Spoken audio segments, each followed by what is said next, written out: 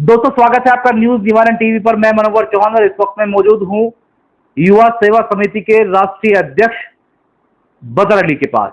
बदर अली शहर का वो नाम है जिसने एक छोटी सी समिति बनाई, युवा सेवा समिति, और इसका इतना बड़ा विस्तार हुआ कि अस्पताल खोलने शुरू कर दिए और तमाम शहर के और आसपास के बड़े मुद्दों पर बदर अली खुलकर बोलने लगे।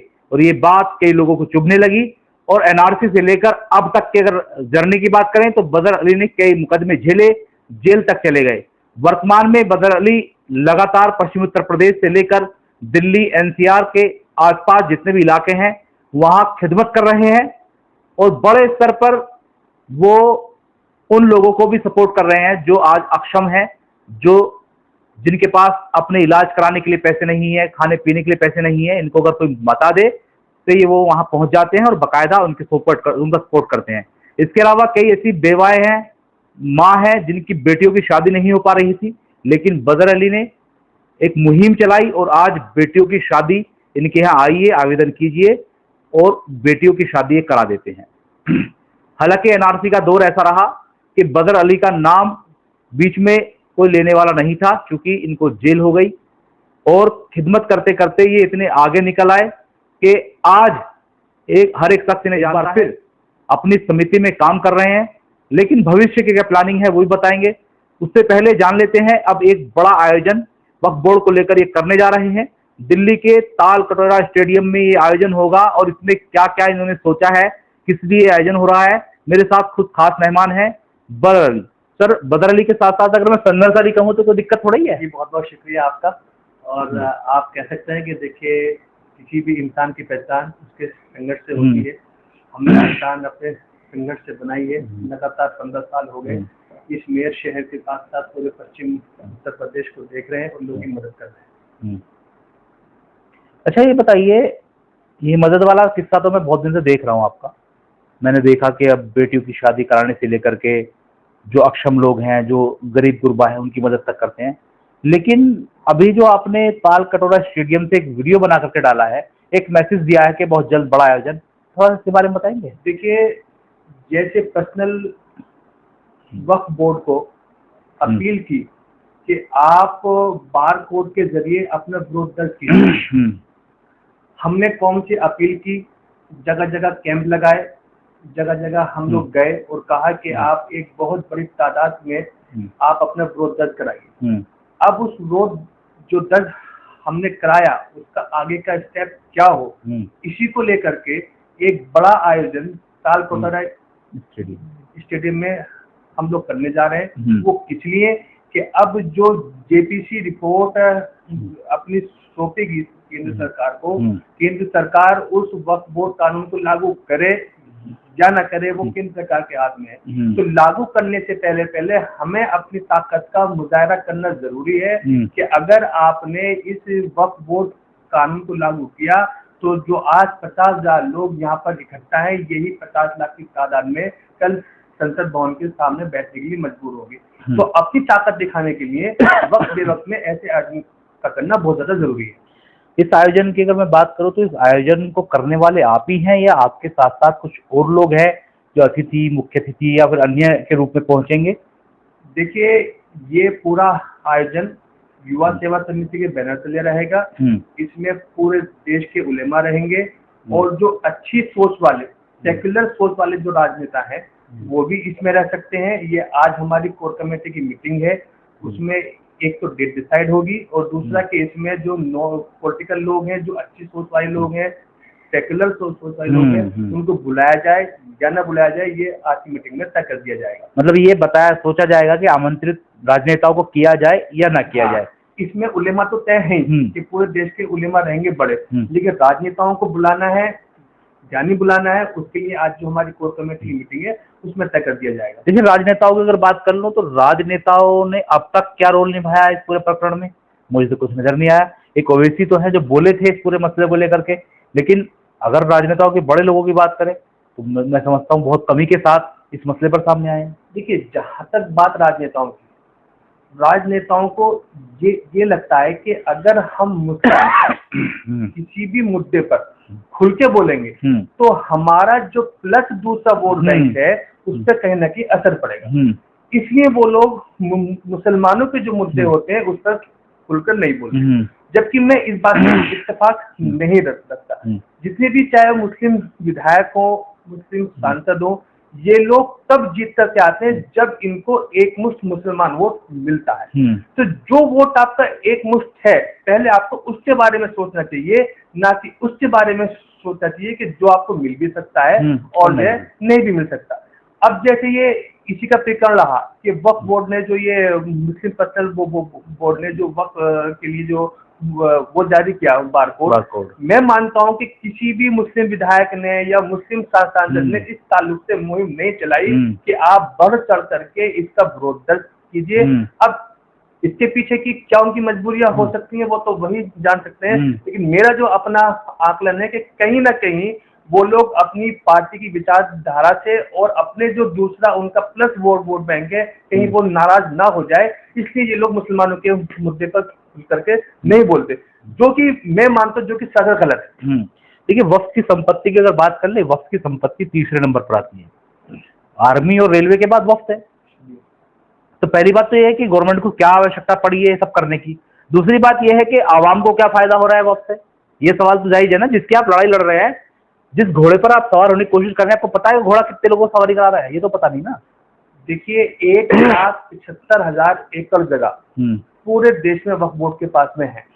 ये सब जगहें बेशकीमती जगहें हैं। इनको हमारे बुजुर्गों ने इसलिए वक्फ की कि ताकि आने वाले वक्त में इन जगहों पर मदारिस बने, मस्जिदें बने, यूनिवर्सिटी बने, कॉलेज बने, यानी कि जिन चीजों से मुसलमान को फायदा होता हो वही चीज इस बिल जो है इन जगहों पर बनेगी।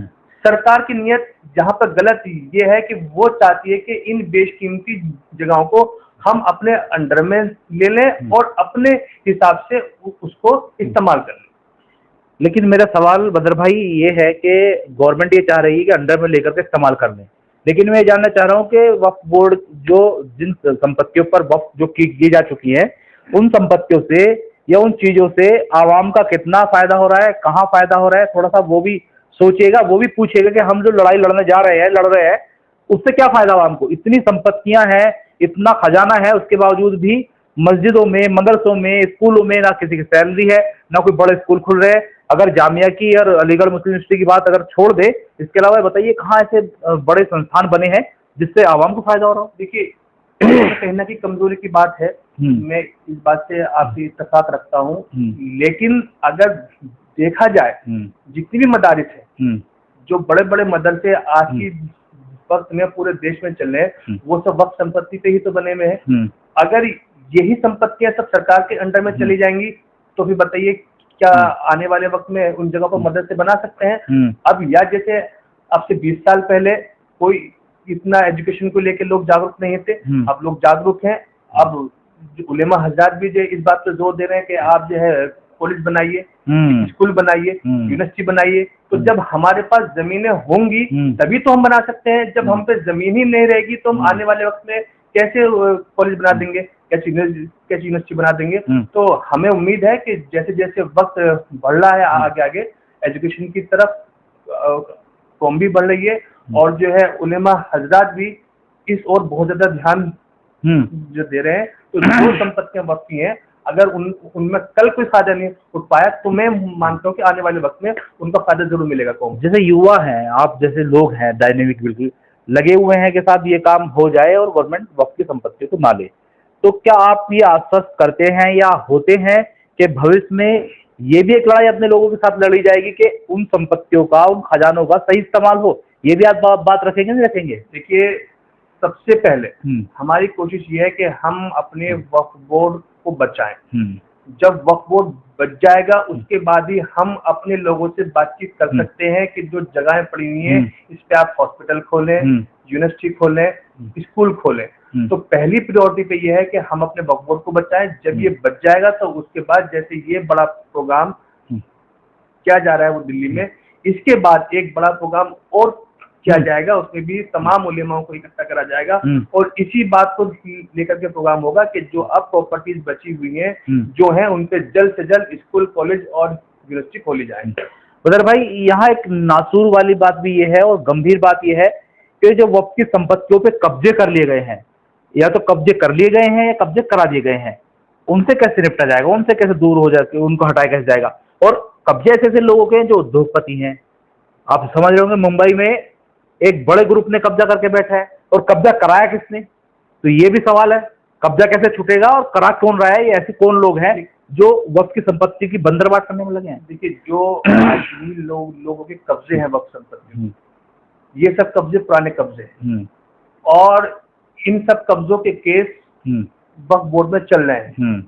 अब उनमें कभी भी डिसीजन आ सकता है वक्फ बोर्ड के हक में, तो वो डिसीजन वक्फ बोर्ड के हक में ना आ जाए, इसलिए ही बड़े बड़े उद्योगपतियों को इसका फायदा पहुंचाने के लिए ये वक्फ बोर्ड तरमीमी कानून लाया जा रहा है। अब आए पॉइंट पे। तो बदर भाई, अब ये वक्फ की लड़ाई लड़ते लड़ते आपने एनआरसी की लड़ाई लड़ी, अब वक्फ की आ गई है, मॉब लिंचिंग के खिलाफ अब लगातार खड़े रहे और कई जगह के वीडियो फुटेज मैंने देखे। अगर बताना चाहें इस पर बता दीजिए, और नहीं तो सवाल ये है कि भविष्य कहाँ देख रहे हैं आप लगातार निस्वार्थ होकर काम तो कर रहे हैं, लेकिन आवाम आपको चाहती भी है, लेकिन प्लेटफॉर्म नहीं मिल रहा है। देखिए, बात वक्फ की या एनआरसी की या सीएए की या और दीगर मसलों की नहीं है। बदर अली हर उस जगह पर खड़ा हुआ है जहाँ पे कौम को जरूरत है। बदर अली हर उस जगह पे खड़ा हुआ है जहाँ पे एक आम आदमी को जरूरत है। बदर अली हर उस जगह पर खड़ा हुआ है जो एक मजलूम आदमी चाहता है कि मैं आज परेशान हाल हूँ तो मेरे साथ मेरा रहबर खड़ा होना चाहिए। और रही बात आने वाले फ्यूचर की, इंशाल्लाह ताला 2027 में शहर विधानसभा और दक्षिण विधानसभा दोनों सीटों को टारगेट किया हुआ है। इंशाल्लाह इन दोनों सीटों पर चुनाव लड़ा जाएगा, और महज हमारी जो मेहनत है, जो मैं आपके जरिए से पूरे शहर को, पूरी आवाम को ये बताना चाहता हूँ कि सिर्फ महज एक विधायक या एमपी बनने की मेहनत हमारी नहीं हो रही है। 15 साल जो हमने मेयर शहर को और पूरे पश्चिम उत्तर प्रदेश को, पूरी आवाम को दिए, वो सिर्फ एक विधायक बनने के लिए नहीं दिए, बल्कि हमारी मेहनत एक कौम का रहबर बनने के लिए है। और इसीलिए जितनी मेहनत हम अपनी आज कर रहे हैं, आप भी देखते हैं, वो सिर्फ इसलिए कि ताकि हमारे लोगों को ये भरोसा हो कि हाँ, आज के दौर में जब मुसलमानों का नाम लेना भी गुनाह है, लोग पीटे जा रहे हैं, लोग मारे जा रहे हैं, कि उस दौर में भी बदर अली 22 मुकदमे झेलने के बाद भी अपने लोगों के लिए मजबूती से खड़ा हुआ था। ये भरोसा हम अपनी बदर भाई, करना चाहते हैं। सड़क तक लड़ाई आपने लड़ी, और सड़क की लड़ाई मैं समझता हूँ लड़ी जाती है, लोग लड़ते हैं, लेकिन अगर यही लड़ाई सदन में लड़ी जाए, ये लड़ाई सदन में लड़ी जाए, तो शायद ज्यादा इम्पैक्ट हो और ज्यादा जल्दी निष्कर्ष निकल आए। देखिए, हमारा पूरा प्रोग्राम था 2022 में चुनाव लड़ने का, लेकिन किसी वजह से उस वक्त चुनाव नहीं लड़ पाए। लेकिन हर सूरत में 2027 चुनाव लड़ा जाएगा, और संसद भवन में जब विधानसभा में जाने का भी मकसद सिर्फ इतना ही है कि वहां पर खड़े होकर के हम अपनी बात को मजबूती से रख सकते हैं, कौम की बात को रख सकते हैं। अगर जहां कानून बनते हैं हम वहां पर नहीं होंगे, तो बताइए हम अपने लोगों की आवाज कैसे उठा सकते हैं। तो अगर हम संसद भवन में जा रहे हैं, विधानसभा भी जा रहे हैं, तो वो भी अपनी कौम के लिए जा रहे हैं, अपने लोगों के लिए जा रहे हैं, और अपनी आवाम के लिए जा रहे हैं। अच्छा, प्लेटफॉर्म बड़ा मसला है, लोग पूछ रहे हैं बदर भाई कहाँ जा रहे हैं, बदर भाई कहाँ जा रहे हैं। आपने असपा, बसपा और सपा तीनों को तो आजमा लिया, अब क्या बचा? देखिए, बात आपकी सही है, लेकिन इन सब पार्टियों की विचारधारा हमसे साबित नहीं हो पाई, हम इनके साथ काम नहीं कर पाए, क्योंकि हमारी जो विचारधारा है वो हर गरीब, मजलूम, बेसहारा आदमी के साथ खड़े रहने की है। उनको लगता है कि अगर बदर अली इन लोगों के साथ खड़ा होता है तो कहीं पार्टी की विचारधारा से अलग काम हो रहा है, तो इसलिए हम लोग रहे, और नहीं बन पाया काम साथ में रहने का, तो कोई बात नहीं, आगे देखा जाएगा 2027 में। अच्छा, बहुत रूमर उड़ा लोकसभा में भी और मेयर में भी, मेयर के चुनाव में भी, कि बदर भाई AIMIM जा रहे हैं, बदर भाई AIMIM जा रहे हैं, बड़ा रूमर उड़ा, कुछ कहेंगे सर, क्या था ये? देखिए, MIM में तो कभी हम लोगों ने जाने का नहीं सोचा, लेकिन हाँ इतना जरूर है कि मेयर के चुनाव में MIM पार्टी को सपोर्ट किया, उसका नतीजा आपके सामने है। और जो है बात ही लोकसभा की, लोकसभा में हमारा बहुजन समाज पार्टी से टिकट की लगभग बात फाइनल, लेकिन किसी वजह से वो भी टिकट नहीं हमारा हो पाया। लेकिन आने वाले वक्त में क्या रहता है, पार्टी रहती है, अभी तो वक्त है उसमें 2027 में, जब वक्त रहेगा तो आपको सबसे पहले बता दिया जाएगा। वो भी वक्त है, तो इतने संघर्ष जारी रहेगा जो लोगों की लड़ाई है।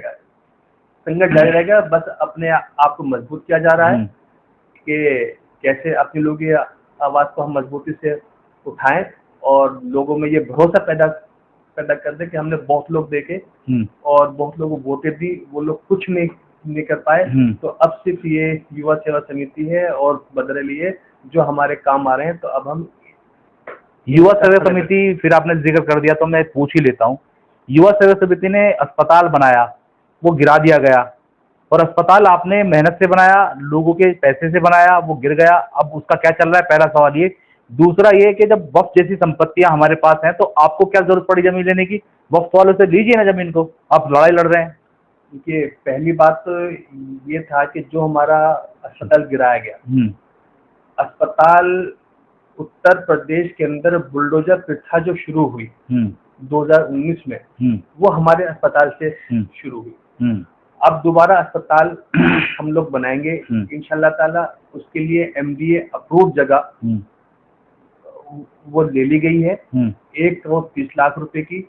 जल्दी ही उसका पेमेंट करने के बाद उसका काम शुरू हो जाएगा। और रही बात कि जब हम पे वक्फ संपत्तियां हैं, वो जगह इसलिए नहीं ली गई कि जहां हमें जरूरत है वहां पर वक्फ संपत्ति नहीं है। भी मालूम पड़ रहा है कि हमारे लोगों के बीच ऐसी संपत्ति नहीं है जहाँ पे हमारे लोगों को अस्पताल की जरूरत है, तो वहां पर तो अब नहीं बनाया जा सकता। तो जहाँ जरूरत है वहीं इसलिए जमीन खरीदी गई और वहीं पे अस्पताल बनाया गया।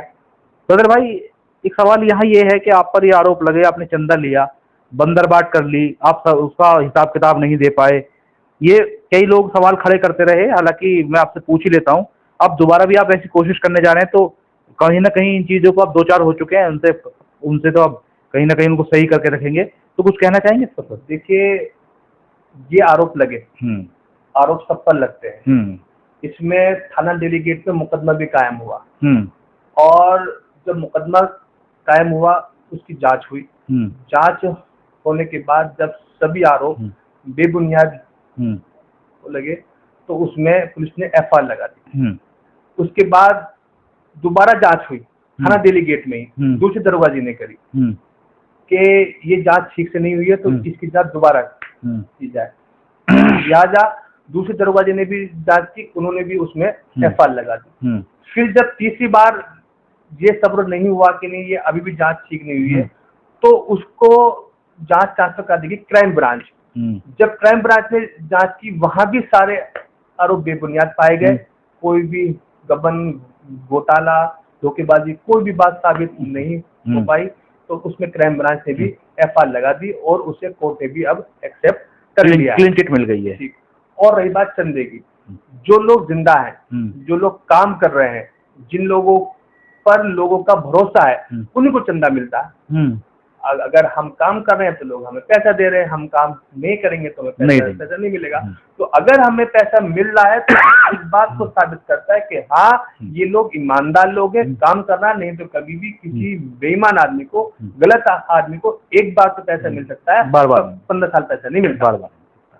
तो जो आपकी मुखालफत पर खड़े हैं, या कह सकते हैं आपकी उनसे विचारधारा नहीं मिल रही है, तो उन लोगों के लिए कुछ कहना चाहेंगे? क्योंकि बैक टू बैक अगर जांचें कराई जा रही हैं तो कुछ ना कुछ तो उनके ज़हन में होगा। जो भी मुखालिफ लोग हैं वो सब मेरे भाई लोग हैं, और अगर उनको मेरी मुखालफत करके खुशी मिलती है तो मैं तो चाहता हूँ कि वो लोग खुश रहें।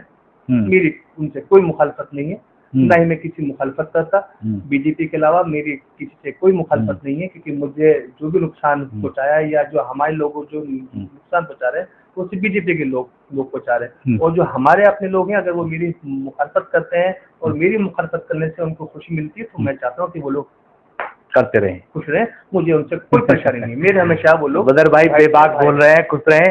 अच्छा, बस आखिरी सवाल ये है कि जो शाम की मीटिंग है, कब मीटिंग है और उसमें स्टेप जो ले जाएंगे वो हमें कब आप बताएंगे? देखिए, आज 8:30 बजे की हमारी मीटिंग है। हमारी मीटिंग सारे रोड पे रहेगी। इंटरनल है या मीडिया भी आमंत्रित है? नहीं, जो इंटरनल मीटिंग है वो हमारी कोर कमेटी की मीटिंग है। उसमें जो बातें तय होंगी मैं आपको रात को और वो सभी मीडिया के साथियों को जो आप बता दी जाएगी, और जो भी डेट रहेगी आज और कौन कौन लोग उसमें आने वाले हैं उसकी लिस्ट आपको रात को मुहैया करा दी जाएगी। तो बहुत शुक्रिया। हमारे साथ थे बदर अली, संघर्ष अली और ताल कटोरा स्टेडियम दिल्ली के अंदर ये एक बड़ा आयोजन करने जा रहे हैं। वक्त की संपत्तियों को लेकर के एक बड़ी मुहिम इन्होंने शुरू कर दी है और इनका ये कहना है कि अगर अब नहीं जागे तो कभी नहीं जागेंगे। और मैं बताऊं, AIMIM के एक नेता है जिन्होंने मुंबई के अंदर बहुत बड़ी तादाद में भीड़ इकट्ठा कर दी। उसके बाद से कई ऐसे लीडर हैं जो सोच रहे हैं कि बड़ा दिक्कत नहीं है, बड़ा आसान है, कर सकते हैं अगर सच्चाई के अच्छाई के साथ वो खड़े हैं। लेकिन बदर अली कितनी भीड़ लेकर पहुंचेंगे या किस इस जो ये आयोजन होने जा रहा है इसको कितना सफल बनाएंगे, ये भी आने वाला वक्त बता देगा। सहयोग इरफान के साथ मनोहर चौहान, न्यूज निवारण TV, मेरठ। जय हिंद।